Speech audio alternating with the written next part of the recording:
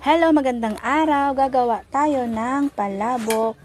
First kong ginawa, naggisa muna ako ng maraming garlic at nung nag-brown na, set aside muna. At naggisa na ako ng bawang sibuyas. Nabay ko na rin ang pork. Nakitsa ko muna.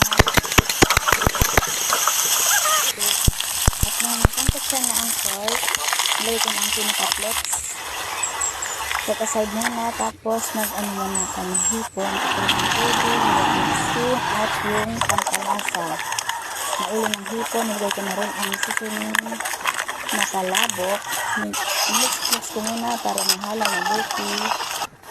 At sinag ko na ang sayote para may kulay. At nilagyan ko na rin ng cornstarch, patis.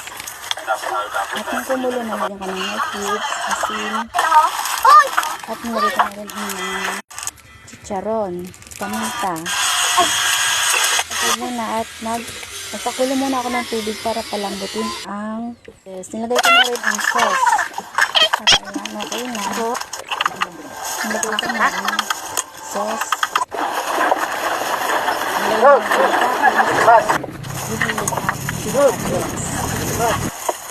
Crunchy na garlic.